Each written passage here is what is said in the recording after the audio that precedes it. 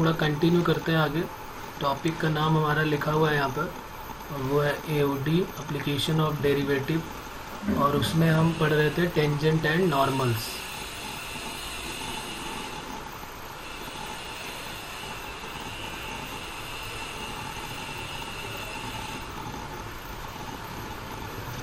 तो उसी से रिलेटेड एक क्वेश्चन है जो जेई में पूछा गया है, पहले उसके बारे में बात करते हैं, देखते हैं कितने लोग सही कर लेंगे।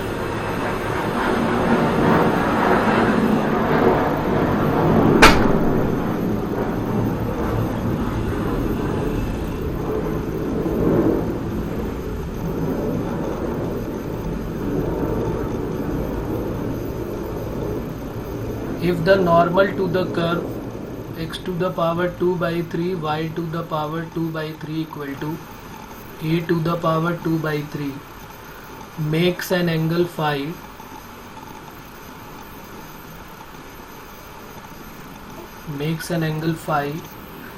with the x-axis,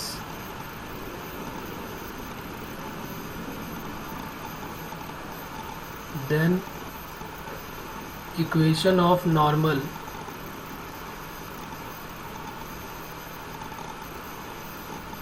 is, और ये ऑप्शन दिए हुए हैं 4, x cos phi plus y sin phi equal to a cos 2 phi। Second है x cos phi माइनस y sin phi equal to a cos 2 phi। C है y cos phi माइनस x sin phi equal to a cos 2 phi, और D इनमें से कोई नहीं है। तो करो, सॉल्व करो, इसका आंसर बताओ अगर हमने कल का सारा कुछ ढंग से किया है। और हमारा होमवर्क है ये जो 6.3 एक्सरसाइज है NCERT की, यहाँ पर लिख देता हूँ मैं, 6.3 एक्सरसाइज है NCERT की। ये पिछले टर्म पे भी मैंने बोला हुआ था। ये हमारा होमवर्क है, पूरी एक्सरसाइज कंप्लीट करनी है NCERT की। बोर्ड पैटर्न के जितने भी क्वेश्चन है बोर्ड लेवल के, वो सब NCERT मिलेंगे, नहीं तो अपने मॉड्यूल में भी बोर्ड पैटर्न के क्वेश्चन है वो करने हैं। कोई भी एक कर लें, NCERT कर लें या वो कर लें, दोनों सेम ही है लगभग। कुछ नए क्वेश्चंस मिलेंगे बोर्ड पैटर्न में, तो एक बार ट्राई करें इसको। 2 मिनट का टाइम देता हूँ मैं, एक बार ट्राई करें और आंसर के पास तक पहुँचे। बस यहाँ पर थोड़ा सा चेंज है, हमको कोई भी पॉइंट नहीं पता है, हमें जब भी कभी नॉर्मल या टेंजेंट की इक्वेशन निकालनी होती है, एक कर्व पता होना चाहिए और एक पॉइंट पता होना चाहिए। तो यहाँ पे कर्व तो पता है लेकिन पॉइंट नहीं पता है, तो पॉइंट हमको सबसे पहले लेट करना पड़ेगा और फिर वो पॉइंट ढूंढना पड़ेगा कि इसी से कैसे मिलेगा, क्योंकि एंगल जो है वो नॉर्मल से दिया हुआ है, एक्स एक्सिस का एंगल नॉर्मल से दिया हुआ है फाई। तो इजी है, ऐसा कुछ खास नहीं है, एक बार ट्राई करें, नहीं होता तो फिर मैं बताता हूँ अभी।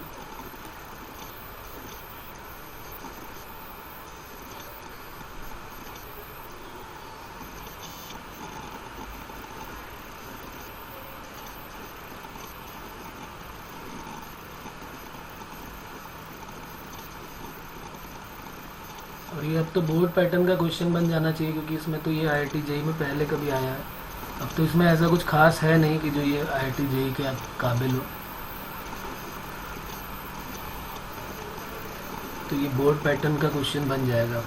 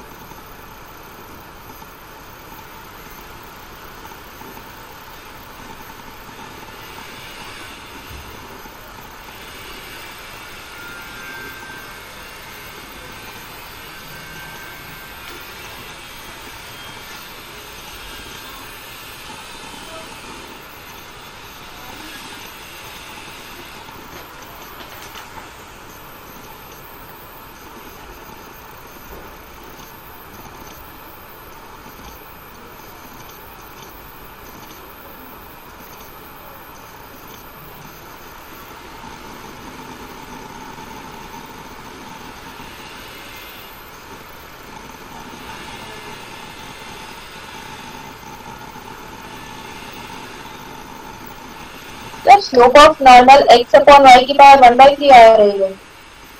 स्लोप की value, slope of normal, okay. Slope of normal क्या बोला बेटा, फिर से बोलना, x upon Y to the power 1/3। और वो किसकी? हाँ सर। हाँ ठीक है, यहाँ तक करेक्ट है। फिर आगे क्या करेंगे, उसके बाद क्लियर नहीं है क्या? सर अगर हम ये tan 5 हो जाएगा, 5 बना रहा है एंगल, तो नॉर्मल के लिए तो -1/tan5 हो जाएगा। नहीं नहीं, slope of normal he tan5 हो जाएगा, क्योंकि जो एंगल दिया है वो नॉर्मल का एंगल दिया है ना, बस यही तो इसमें प्रॉब्लम है। इसने बोला है makes an angle 5 with x axis, normal जो है वो एंगल 5 बना रहा है, तो नॉर्मल का जो स्लोप है वो भी tan5 के ही इक्वल होने वाला है, उसको -1 या कुछ करने की ज़रूरत नहीं है, क्योंकि वो टेंजेंट का नहीं है, वो नॉर्मल का ही स्लोप है। बस इसमें यही तो हमें सोचना था इसके बारे में। बात क्लियर हो रही है? जो हमने स्लोप निकाला है डिफ्रेंशिएट करके, उसको tan5 के इक्वल करना है, क्योंकि इसने बोला है कि जो एंगल है वो x एक्सिस से नॉर्मल का एंगल है। ये लिखा है x एक्सिस से नॉर्मल का एंगल है, नॉर्मल जो है वो x एक्सिस से एंगल 5 बनाता है। तो नॉर्मल का स्लोप जो है, स्लोप ऑफ नॉर्मल, यहाँ मैं डायरेक्ट लिख देता हूँ, स्लोप ऑफ नॉर्मल जो है वो हो जाएगा tan5, और एक हमारा जो है वो डिफ्रेंशिएट करके आ जाएगा, x to the power 1/3 y to the power 1/3 equal to a to the power. हाँ पॉइंट ज़रूर हम लेट कर लेते हैं, लेट पॉइंट भी x1, y1, ये हमने लेट कर लिया पॉइंट, जो उस कर्व पे लाई कर रहा है, लाई ऑन दिस कर्व, ये जो कर्व हमको गिवन है इस पे ये लाई कर रहा है, x1 y1, okay okay. Option A आ रहा है, चलो चेक करते हैं, ऑप्शन ए गड़बड़ है थोड़ा सा, चेक कर लेते हैं कैसे करेंगे, थोड़ा सा बताता चलता हूँ, फिर साथ में आप लोग करते चले। पहले इसको डिफ्रेंशिएट करना है, तो ये हो गया 2/3 x टू द पावर 2/3 -1, और ये हो गया 2/3 y to the power 2/3 -1 dy/dx equal to 0। तो 2/3 तो ये कॉमन लेके कट हो जाएगा 0 के अपॉन में, तो ये हो गया x to the power -1/3 plus y to the power -1/3 dy/dx equal to 0। तो यहाँ से dy/dx की वैल्यू आ गई x की पावर -1/3 अपॉन y की पावर -1/3, और बाहर आ गया माइनस। इसको रीअरेंज कर लेते हैं ऊपर नीचे करके, वैल्यू को पॉजिटिव कर लेते हैं, तो ये हो जाएगा y की पावर 1/3, यही तो होने वाला है ना, y की पावर 1/3 ऊपर चला जाएगा, और x की पावर 1/3 नीचे आ जाएगा। तो ये हो गया स्लोप ऑफ, अच्छा इसको हम एट पॉइंट x1 y1 भी निकाल लेते हैं, ज़रूरत तो वैसे नहीं है, लेकिन चलो हमने पॉइंट लेट कर ही लिया है। तो x1 y1 के लिए क्या हो जाएगा, माइनस का y1 upon x1 to the power 1/3, ये हो गया स्लोप ऑफ टेंजेंट। अब जरा स्लोप ऑफ नॉर्मल क्या हो जाएगा, तो स्लोप ऑफ नॉर्मल जो है वो हो जाएगा माइनस का 1 अपॉन स्लोप ऑफ टेंजेंट, तो -1 अपॉन जब करेंगे माइनस का y1 upon x1 to the power 1/3, तो ये चेंज होके बन जाएगा x1 अपॉन, यानी x1 की पावर 1/3 अपॉन y1 की पावर 1/3। ये यहाँ तक तो बात क्लियर हो जाएगी, यहाँ तक तो सारे लोग पहुँच गए होंगे। उसके बाद ऊपर क्वेश्चन में दिया है कि स्लोप ऑफ नॉर्मल जो है वो tan5 है, क्योंकि वो एक्सिस से एंगल 5 बनाता है, तो इसी को किसकी इक्वल कर लेंगे, tan5 की इक्वल। अब यहाँ से प्रॉब्लम क्रिएट होती है कि हमें x1 और y1 की वैल्यू कैसे मिले, क्योंकि ये तो tan5 में x1 और y1 का रिलेशन है। तो हमने क्या किया, इसको क्यूबिंग कर दिया, तो x1 की वैल्यू हो जाएगी y1 इंटू 10³ 5, और ये y1 की वैल्यू यहाँ पर आ गई, x1 की वैल्यू आ गई। अब जरा सोचो आप क्या करें यहाँ पे, यानी x1 की वैल्यू y1 की इंटू 10³ 5 हो गई, लेकिन हमें तो वैल्यू निकालनी है, क्योंकि ये पॉइंट जो है वो किस कर्व पे लाई कर रहा है, point lies on the curve, point जो x1 y1 है वो किस कर्व पे लाई कर रहा है? x की power 2/3 plus Y to the power 2/3 equal to a to the power 2/3। तो जब x और y पे लाई कर रहा है तो इसमें x और x1 और y1 भी रख देंगे x और y की जगह पे। अब इसी को सॉल्व करना है हमको। x1 की वैल्यू हो जाएगी y1 टू द पावर 2/3 और x इसकी वैल्यू 2/3 और 10 क्यूब की पावर भी 2/3 हो जाएगी। 10 क्यूब 5 की पावर भी 2/3 प्लस y1 की power 2/3 equal to a to the power 2/3। तो ये बाई थ्री कट हो जाएगा और y1 to the power 2/3 common हो जाएगा। तो ये 1, अच्छा इधर तो ये 10 स्क्वायर 5 बचेगा, तो 1 प्लस 10 स्क्वायर 5 ऐसे लिख लेता हूँ। इससे ये बचा है और यहाँ पर 1 बचा हुआ और ये हो गया a टू द पावर 2/3। तो y1 to the power 2/3 into 1 plus 10 square क्या होता है sec square 5 equal to a to the power 2/3। तो y1 to the power 2/3 equal to a to the power 2/3 into ये अपॉन में जाएगा, ऊपर जाएगा तो कॉस स्क्वायर 5 हो जाएगा। अपॉन में गया तो सेक स्क्वायर 5 और जब ऊपर ले गए तो ये हो गया कॉस स्क्वायर 5। और बस इसी कोई पावर y1 की वैल्यू निकालेंगे तो ये तो a हो जाएगी और कॉस स्क्वायर 5 की पावर भी 2/3 होगी कि 3/2 हो जाएगी, सॉरी 3/2 हो जाएगी। तो 2 से 2 कट हो गया तो y1 की वैल्यू क्या आ जाएगी?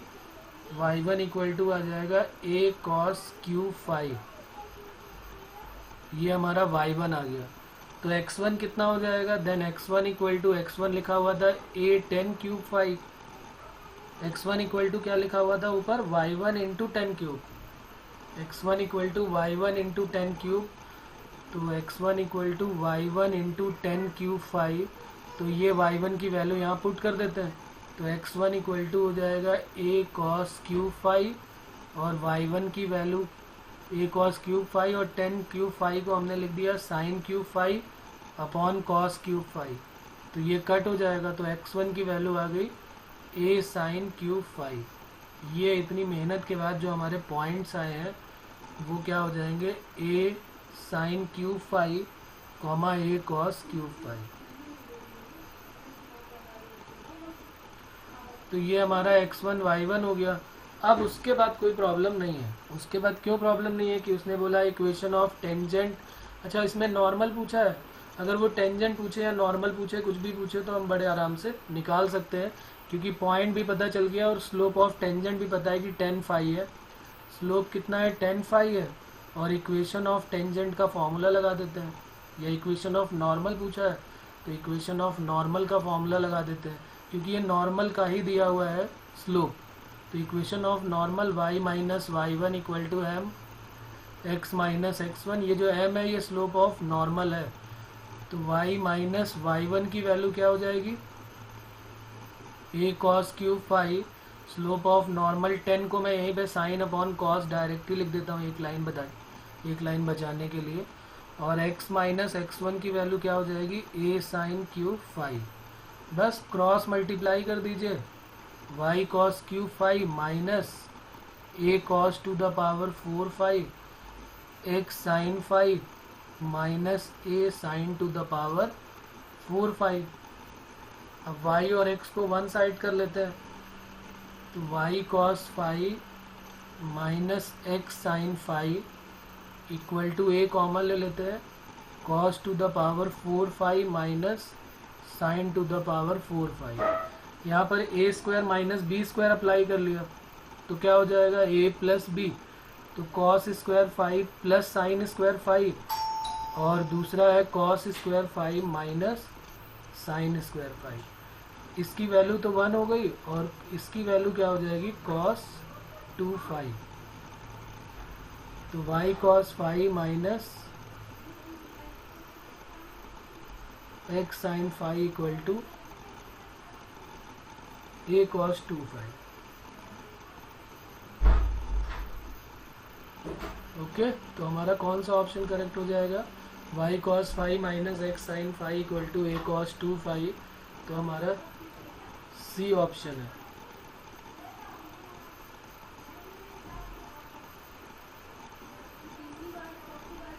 तो ये सी ऑप्शन जो है हमारा करेक्ट हो जाएगा।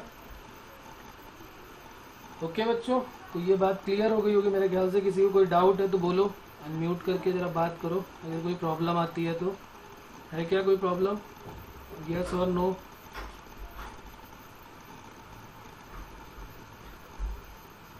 ओके, तो यहाँ तक जो था हमारा वो जेई का सिलेबस अभी हमने नहीं स्टार्ट किया था। ये हमारा एनसीईआरटी का सिलेबस था।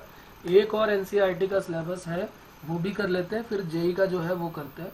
एक एनसीईआरटी का और भी है, एंगल ऑफ इंटरसेक्शन या एंगल बिटवीन टू कर्व, वो लिख लेते हैं next heading,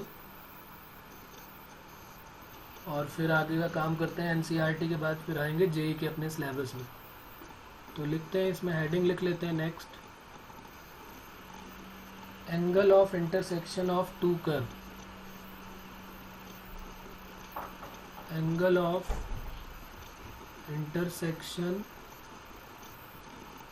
of two curve, या इसी को बोल देते हैं एंगल बिटवीन टू कर्व। तो दो कर्व के बीच में जब तक वो इंटरसेक्ट नहीं करेंगे तो फिर हम एंगल नहीं निकाल सकते हैं।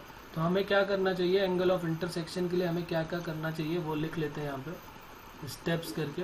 पहली बात तो angle of intersection two curve का निकालेंगे कैसे, ये हमने लास्ट ईयर भी पढ़ा हुआ है इसके बारे में। अगर याद हो तो सर्कल में हमने पढ़ा था कि सर्कल, दो सर्कल एक दूसरे को कट करते हैं तो उनके एंगल कैसे फाइंड आउट करते हैं, याद है किसी को कि नहीं? और ये भी बताया था मैंने कि वो जो एंगल होता है वो किसके किसके मिड का एंगल होता है। जब दो कर्व, जैसे दो सर्कल एक दूसरे को कट कर रहे हैं तो वो कौन सा एंगल होता है, किसके बीच का एंगल हम निकालते हैं? एंगल बिटवीन टू टेंजेंट्स निकालता है। ओके ओके, बिल्कुल सही है, गुड। बाकी लोगों को याद दिला देता हूँ, यहाँ लिख देता हूँ फिर से। वैसे ये पुरानी चीज़ है, हम सर्कल में इसको पढ़ चुके हैं और फिर से एक बार यहाँ पर आया हुआ है। Angle between two intersecting curve लिख लेते हैं, angle between two intersecting curve, angle between two intersecting curve is defined as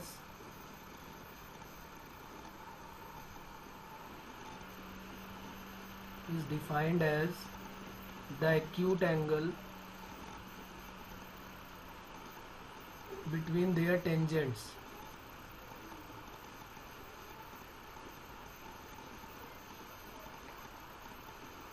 मतलब अगर कोई दो कर्व एक दूसरे को, अगर हमने पिछले साल नहीं भी पढ़ा है तो कोई प्रॉब्लम नहीं, जैसे कुछ लोग हैं उन्होंने नहीं पढ़ा भी होगा तो भी कोई प्रॉब्लम नहीं है, मैं उसको पूरा यहाँ एक्सप्लेन करने वाला हूँ।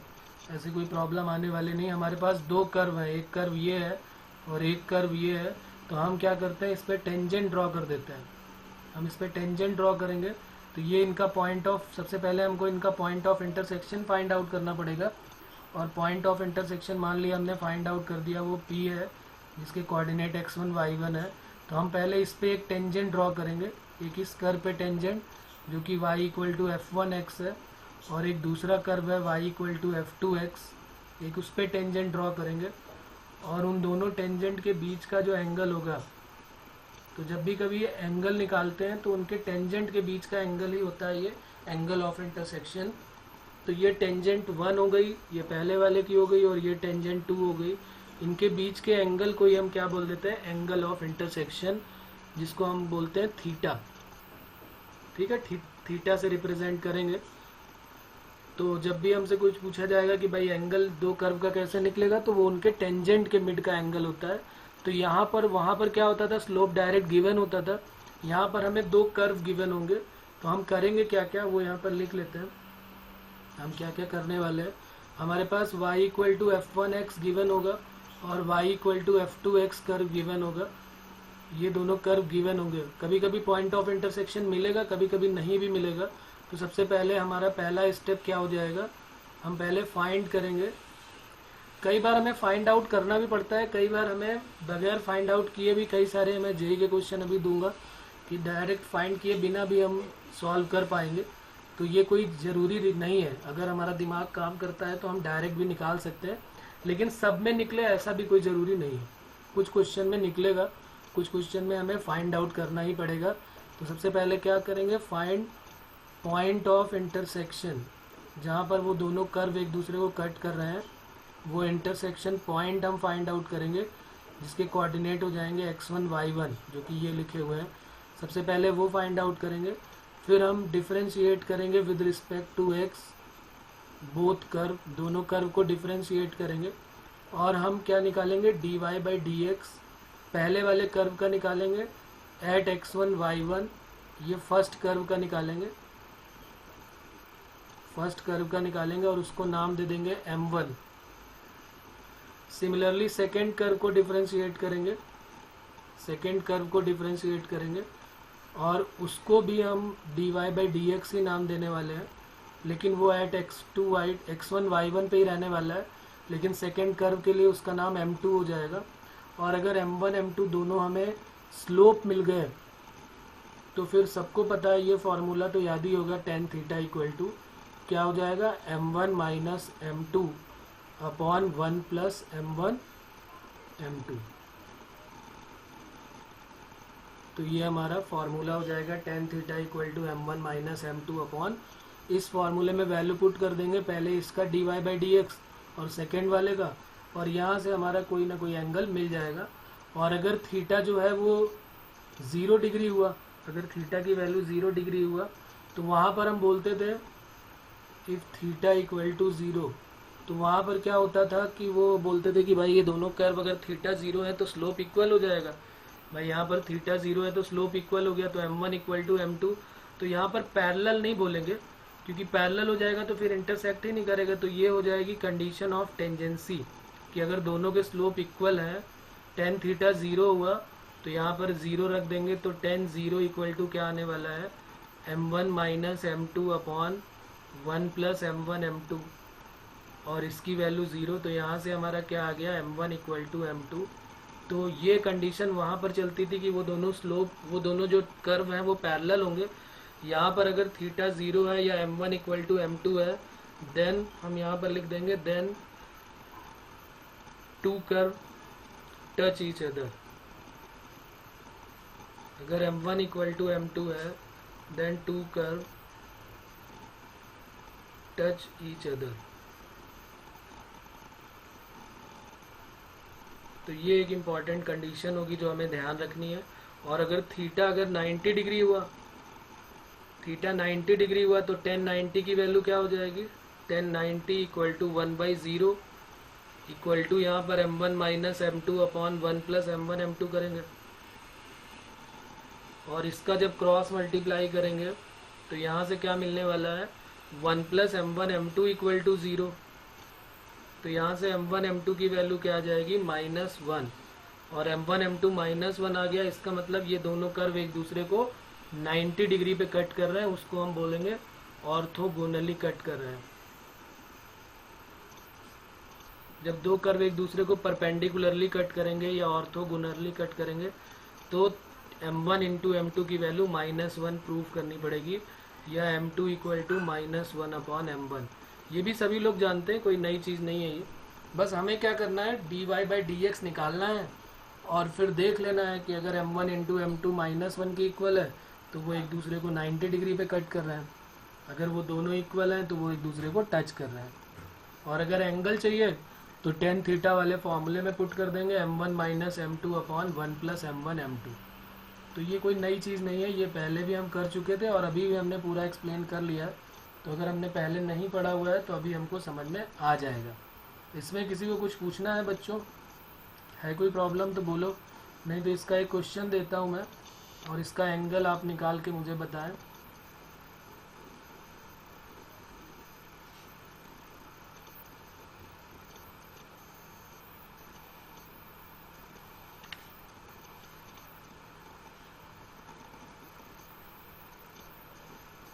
चलो लिख लेते हैं फिर एक question. The angle of intersection between two curve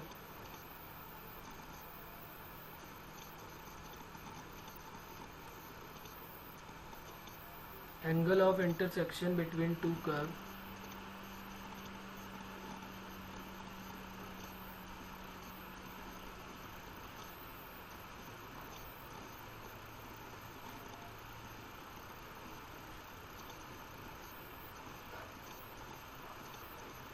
और कर्व की इक्वेशन हमको गिवन है y square equal to 16x,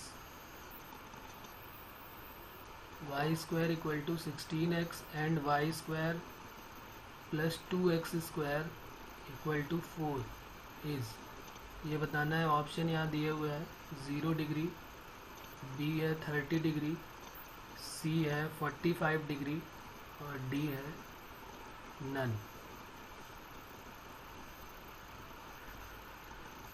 तो सॉल्व करते हैं इसको। करो पहले एक बार सॉल्व करो ज़रा, पॉइंट ऑफ इंटरसेक्शन बताओ मुझे क्या आ रहा है, फिर आगे काम करते हैं। कभी कभी पॉइंट ऑफ इंटरसेक्शन क्वेश्चन में गिवन होंगे, कभी हमें फाइंड आउट करने पड़ेंगे।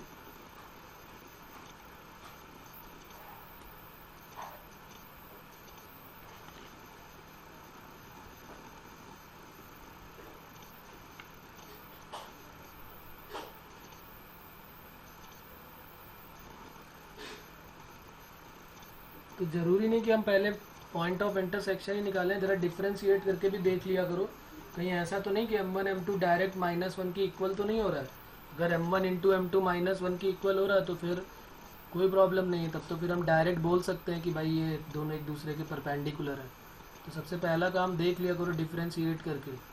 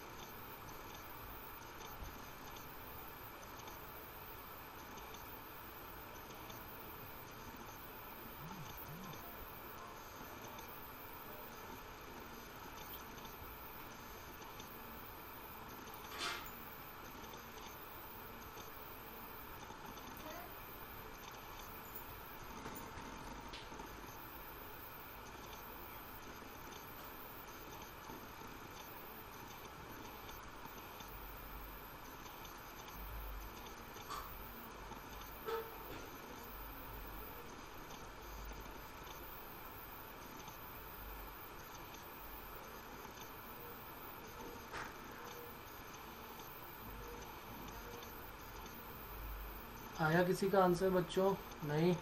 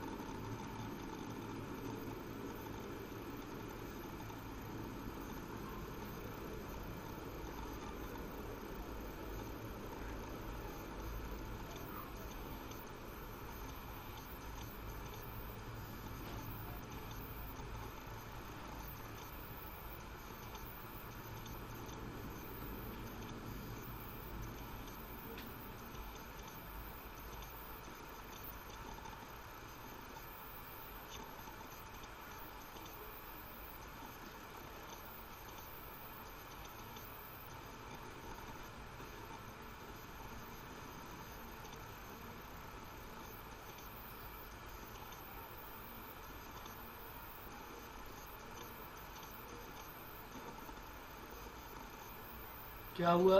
नहीं आ रहा है? कोई प्रॉब्लम? सॉल्व हो रहा अभी?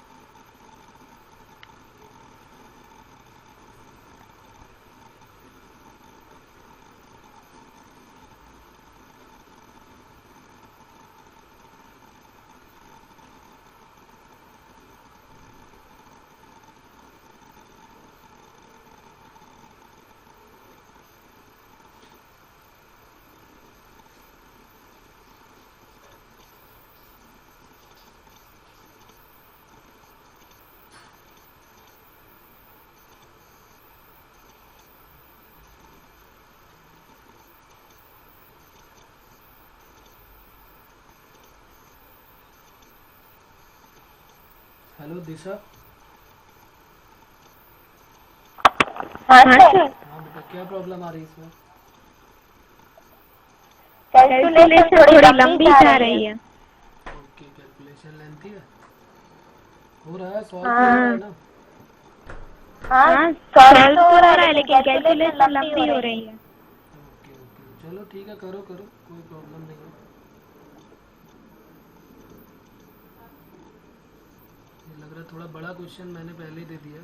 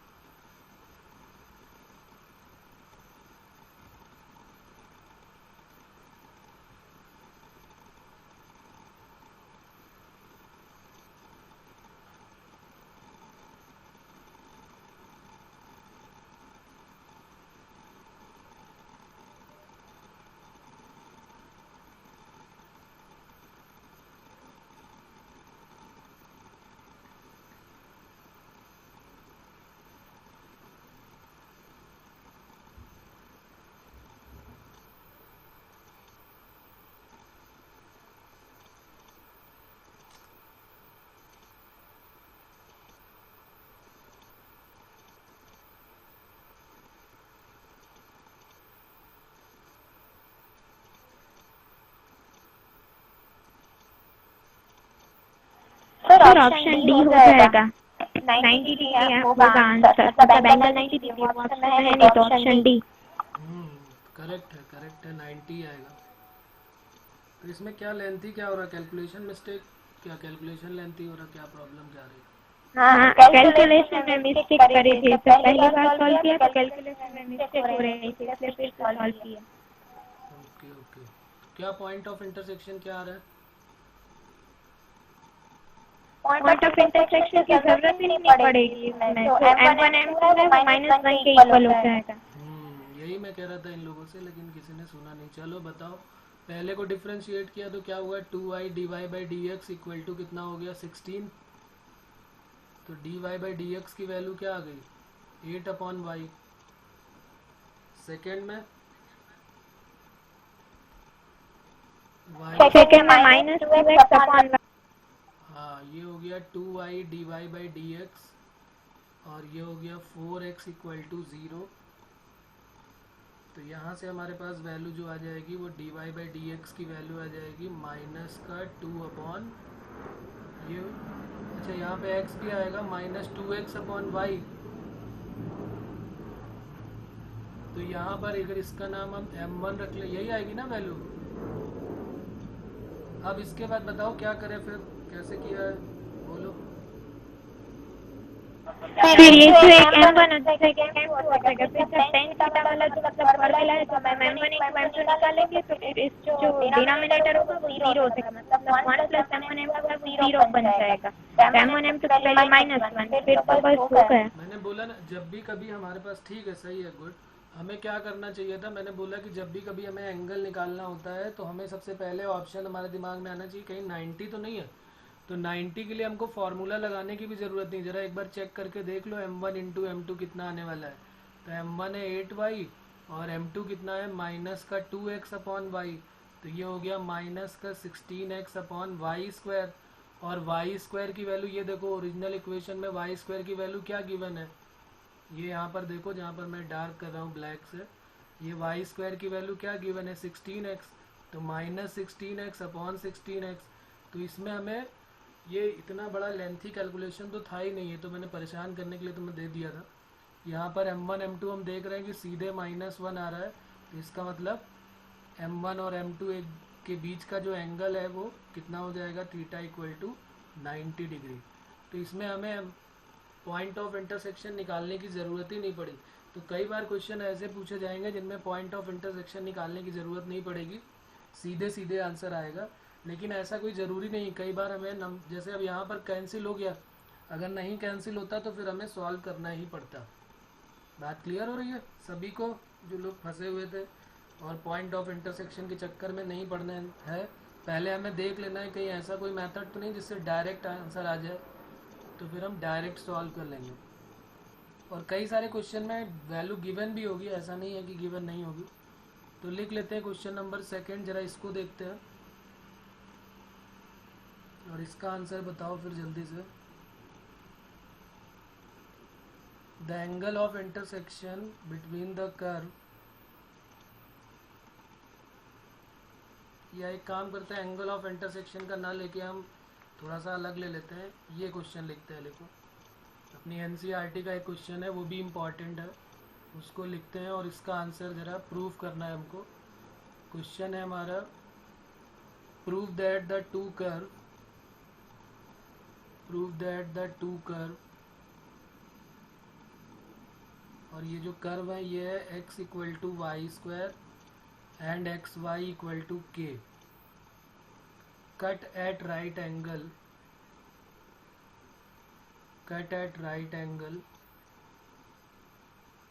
if 8k square equal to 1। कह रहा अगर 8k स्क्वायर की वैल्यू 1 है तो प्रूव करो कि ये दोनों कर्व एक दूसरे को राइट एंगल पे यानी कि ऑर्थोगोनली कट करते हैं। बहुत इजी सा समय ये, एक बार ट्राई करें। तो हम दो काम कर सकते हैं, या तो k की वैल्यू को यूज़ कर लें और फिर दोनों को डिफ्रेंशिएट कर दें, या तो हम दूसरा काम कर सकते हैं कि दोनों को सॉल्व करके पहले पॉइंट ऑफ इंटरसेक्शन निकाल लें जो कि के टर्म में आएगा, और फिर उसको M1 इंटू M2 -1 के इक्वल कर दें, तो सीधे सीधे हमारी जो ये कंडीशन है 8k स्क्वायर इक्वल टू 1 ये प्रूफ हो जाएगी। तो जो मर्जी करो, देखो जरा सॉल्व करके देखो आता है कि नहीं आंसर, नहीं तो मैं सॉल्व करता हूँ इसको भी फिर।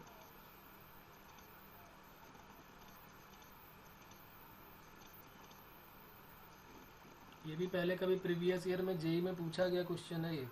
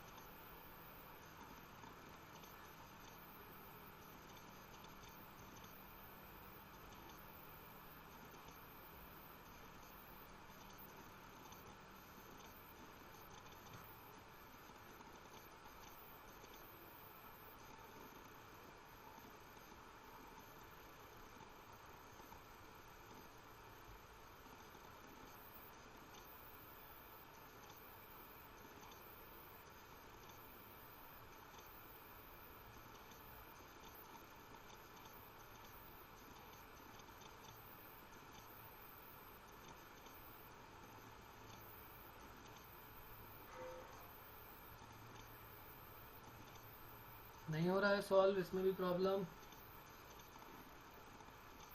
सबसे पहले ये बताओ कि इन दोनों का पॉइंट ऑफ इंटरसेक्शन क्या आ रहा है। x equal to Y square, किसी ने सॉल्व किया है क्या इनके पॉइंट ऑफ इंटरसेक्शन? यहाँ पर निकालने पड़ेंगे कि नहीं पड़ेंगे यहाँ पर? तो मैं क्या करूँगा, x की वैल्यू यहाँ पुट कर देता हूँ। तो y square into y equal to k, तो यहाँ से वाई क्यूब की वैल्यू k आ गई, तो यहाँ से y की वैल्यू क्या आ जाएगी, k टू द पावर 1/3। और y की वैल्यू आ गई तो फिर x की वैल्यू क्या होगी, तो x equal to Y square है, और y की वैल्यू है k की पावर 1/3 और उसका भी स्क्वायर, तो ये हो जाएगा k to the power 2/3। Okay Rudra, solve हो गया। Okay good. दिशा हो गया तुम्हारा भी। ओके तो पॉइंट जो है हमारे पास वो क्या आ जाएगा, x कॉमा वाई, तो k to the power 2/3 comma k to the power 1/3। ये x1 हो गया, ये y1 हो गया। अब हमें क्या करना है, इसके बाद पहले हम फर्स्ट वाले कर्व को ले लेते हैं जो कि हमारा x equal to Y square, इसको डिफ्रेंशिएट करते हैं विद रिस्पेक्ट टू x। तो ये हो जाएगा 1 इक्वल टू 2y dy/dx। तो dy/dx की वैल्यू आ जाएगी 1/2y।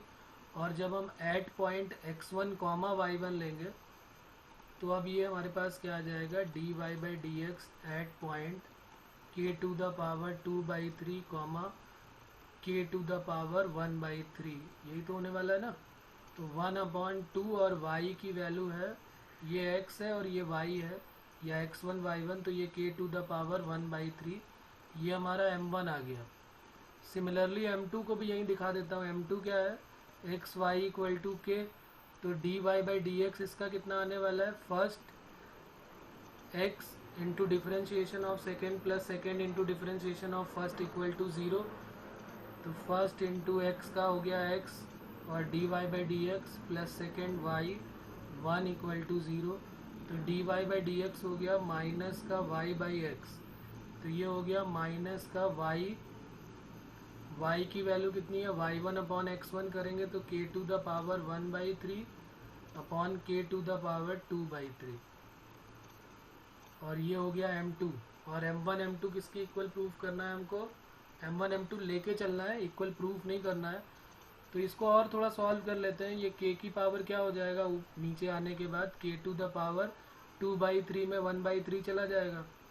अब m1 इंटू m2 की वैल्यू क्या है, -1, तो m1 की वैल्यू है 1/2 into k to the power 1/3 और m2 है -1/k to the power 1/3 equal to -1, तो माइनस तो कट हो जाएगा, 1/2 equal to k to the power 1/3।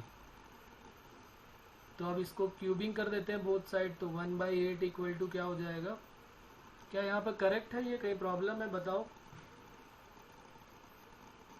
Sir हमें m1 m2 इक्वल टू -1 तो प्रूव करना है ना। m1 m2 equal to -1 proof करना है। नहीं, इसमें दो कंडीशन है, वही तो मैंने बोला था कि हमें m1, अगर हम राइट, उसने क्या बोला है कि अगर दो कर्व एक दूसरे को राइट एंगल पे कट करते हैं तो प्रूफ करो ये 8k² इक्वल टू 1। दो काम कर सकते थे, या तो हम दोनों को राइट एंगल लेट करके चलेंगे तो हम k का रिलेशन प्रूफ करके लाएंगे, और अगर हम k की वैल्यू को यूज़ करेंगे, मतलब k की वैल्यू 1/√8 अगर यूज़ करेंगे ऊपर ओरिजिनल इक्वेशन में, तो हम उन दोनों को प्रूफ करके दिखाएंगे कि राइट एंगल है। बात समझ में आ रही है, दोनों केसेस अलग अलग हैं। उसने बोला है कि अगर prove that the two curve cut at right angle if k² equal to, तो अगर k की वैल्यू का यूज़ करते हो, k की न्यूमेरिकल वैल्यू 1/√8 है, उसका यूज़ करते हो, तो फिर तुम्हें m1 इंटू m2 -1 की इक्वल प्रूफ करना पड़ेगा। हम क्या कर रहे हैं, हमने m1 m2 दोनों निकाल दिए हुए हैं, हम इससे k की वैल्यू को प्रूफ कर देंगे कि 8k² इक्वल टू 1 है कि नहीं। बात समझ में आ रही है अंजलि? तो ये हमने क्या सर। तो ये मैंने क्या किया, यहाँ 1/2 equal to k to the power 1/3 और 1/3 हो गए 2/3। अब यहाँ पर इस क्यूबिंग कर देते हैं, तो ये हो जाएगा k², तो यहाँ पर 8k² इक्वल टू 1। तो हमने क्या किया, हम k को लेके आ गए, हमने क्या किया, हम k को लेके आ गए उसके बाद फिर सॉल्व हो गया। कोई प्रॉब्लम इसमें? तो ये 2/3 था, यहाँ 1/3 नहीं होगा, 2/3 था। एक इसका और लिख लेते हैं, इसको भी सॉल्व करना है। ये 2 होमवर्क लिख लेते हैं, बल्कि ये दूसरा वाला भी हम ट्राई करेंगे, देखते हैं कौन कितने लोग कर पाते हैं। इम्पॉर्टेंट है, जेई में पूछा गया है ये पहले कभी। ये क्वेश्चन ये तो घर में ही ट्राई करना है, इसको लिख लेंगे बाद में, मतलब ट्राई करना, घर में तो है ही हम लोग। So that the curve 4x equal to Y square and 4xy equal to K, same question है बिल्कुल वैसे ही। Cut at right angle if K square equal to 512। तो ये तो अभी ट्राई नहीं करना है, ये हमारा होमवर्क है। ये क्वेश्चन है जो जेई के प्रीवियस ईयर का क्वेश्चन है, वो अभी हम ट्राई करेंगे और देखते हैं कितने लोग पहुंचते हैं वहाँ तक। द कर्व लिख लेते हैं क्वेश्चन उसका भी।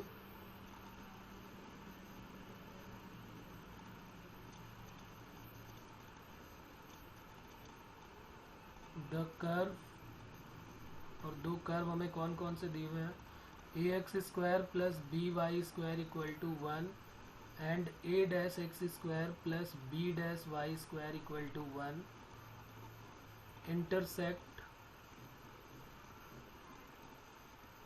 ऑर्थोगोनली, देन क्या कंडीशन होगी। इस तरह के 4 ऑप्शन दिए हुए हैं।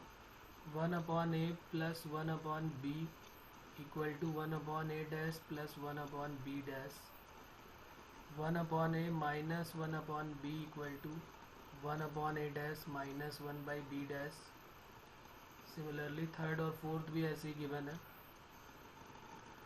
1/a माइनस या 1/a plus 1/a dash equal to 1/b plus 1/b dash.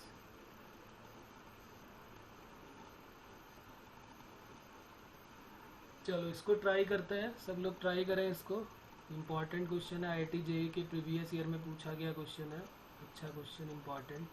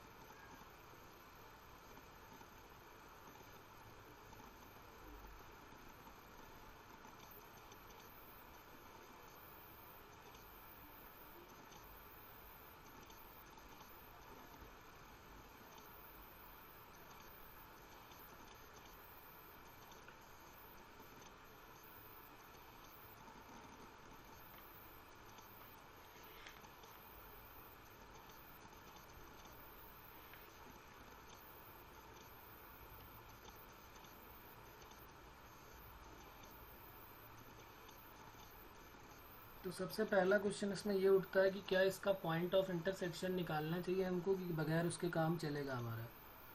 क्योंकि अगर हम पॉइंट ऑफ इंटरसेक्शन निकालने बैठेंगे कम से कम 2-3 पेज का ये क्वेश्चन बनेगा, पक्की बात है।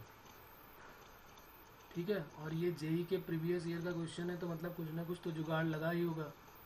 हाँ वो भी सही है कि वो गलत नहीं है कि हम पॉइंट ऑफ इंटरसेक्शन निकालेंगे और फिर उसके बाद सॉल्व करेंगे, काफ़ी टाइम लगेगा, आराम से बैठ के आधे घंटे में सॉल्व कर पाएंगे इसको। अगर हम पॉइंट ऑफ इंटरसेक्शन निकालने बैठे, कुछ और दिमाग लगाओ कि क्या बगैर पॉइंट ऑफ इंटरसेक्शन के भी ये सॉल्व हो सकता है क्या। वो गलत नहीं है, पॉइंट ऑफ इंटरसेक्शन निकालना गलत नहीं है, लेकिन पॉइंट ऑफ इंटरसेक्शन कैलकुलेटिव बहुत होगा। जैसा कि तुम देख ही रहे होगे, जिन लोगों ने शुरू कर दिया होगा पॉइंट ऑफ इंटरसेक्शन निकालना, एक में ए डैश का, दूसरे में ए का मल्टीप्लाई करके माइनस कर दें और उसके बाद फिर काफ़ी बड़ी बड़ी वैल्यूज़ आएंगी अंडर रूट के अंदर, तो फिर ये तो लेंथी कैलकुलेशन हो जाएगा। तो फिर इसमें और क्या करना चाहिए, किसी के दिमाग में कुछ आ रहा हो तो बोलो, नहीं तो फिर मैं बताता हूँ क्या करेंगे।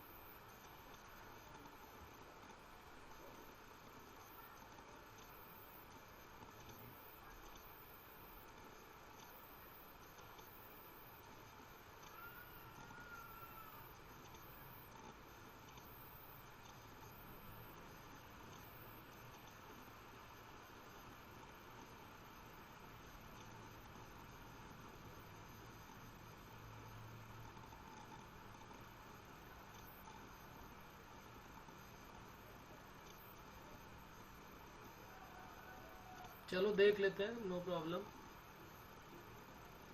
चेक कर लेते हैं एक बार, अपना कैलकुलेशन चेक करते जाना। पहले तो तुम मुझे ये बताओ कि इन दोनों को डिफ्रेंशिएट करोगे तो क्या मिल रहा है।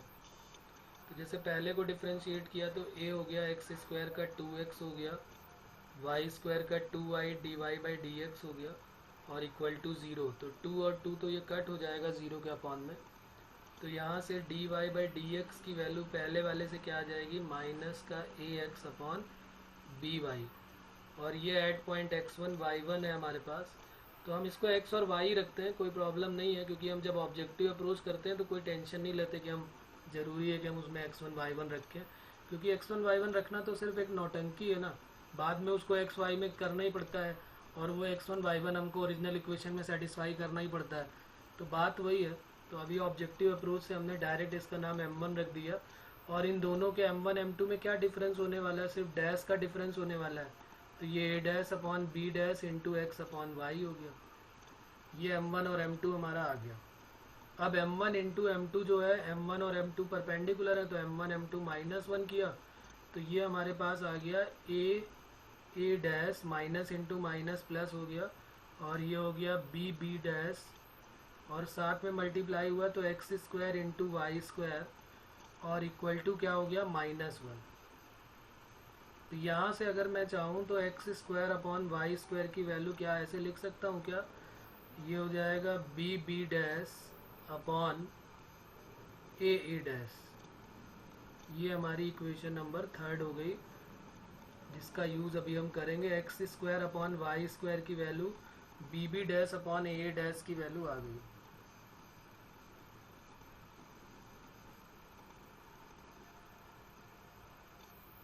ठीक है, अब उसके बाद क्या प्रॉब्लम है कि अब हमें पॉइंट चाहिए, पॉइंट की वैल्यू ना निकालनी पड़े, तो इन दोनों इक्वेशन को हमें क्या करें, हम इन दोनों इक्वेशन को कैसे सॉल्व करें, इन दोनों को, कि हमें सीधे सीधे x square upon Y square की वैल्यू मिल जाए। कौन बताएगा कि अगर हम इन दोनों को कैसे सॉल्व करें कि हमें x square upon Y square की वैल्यू मिल जाए। क्योंकि अगर x square upon Y square की वैल्यू मिल गई तो ये भी a और a डैश b डैश में रिलेशन है, और दूसरा वाला भी a डैश और b डैश में रिलेशन हो जाएगा। तो इन दोनों इक्वेशन को हमें क्या करना चाहिए, ये लिखा हुआ है ना हमारे पास, a एक्स स्क्वायर, यहाँ पर लिख लेता हूँ a x square plus by square equal to 1, और ये है a dash x square b dash, हाँ बोलो बेटा।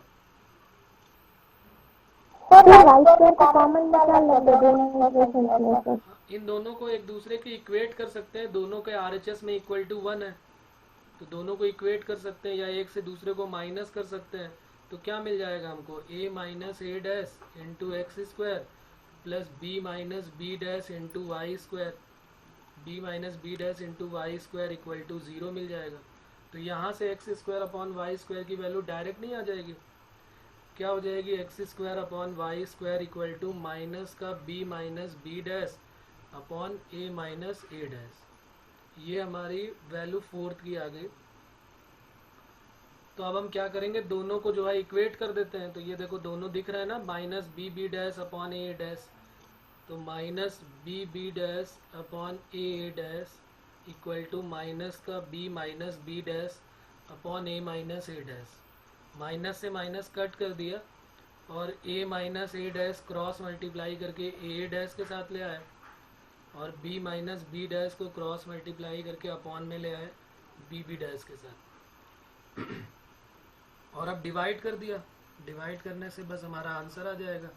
जब डिवाइड करोगे अलग अलग तो क्या मिलने वाला है, A upon A dash minus A dash upon A dash equal to B minus B B dash और B dash upon B B dash.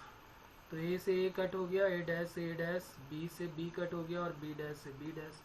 तो ये हमारा रिजल्ट आ गया easily, 1 upon A dash minus 1 by a equal to 1 upon B dash minus 1 upon b. तो कोई ऐसा result है क्या हमारे पास, देख लो ऊपर, ऐसा कोई रिजल्ट है हमारे पास? कौन सा ऑप्शन करेक्ट होगा इन सब में? हमारे पास है 1 अपॉन ए डैश माइनस 1 अपॉन ए, जबकि यहाँ पर क्या दिए हुए हैं, ए और ए डैश अलग अलग है। ए को ए डैश के साथ और बी को बी डैश के साथ भेजना है, तो भेज देते हैं। तो 1 upon A minus 1 upon B, इसको उधर भेज दिया मैंने और इसको इधर भेज देता हूँ। तो 1 अपॉन ए dash minus 1 upon B dash. तो ये हमारा ऑप्शन कौन सा है, ऑप्शन बी जो है हमारा करेक्ट हो जाएगा। यही तो लिखा हुआ है ना, 1 upon A minus 1 upon B, 1 upon A dash minus 1 upon B dash. तो अब तो ये बोर्ड में भी आता है, इंपॉर्टेंट क्वेश्चन है, खास ध्यान रखें इसका। ठीक है, ओके बच्चों, फिर मिलते हैं अगले टर्न पे। आज यहीं पर कंप्लीट करते हैं फिर।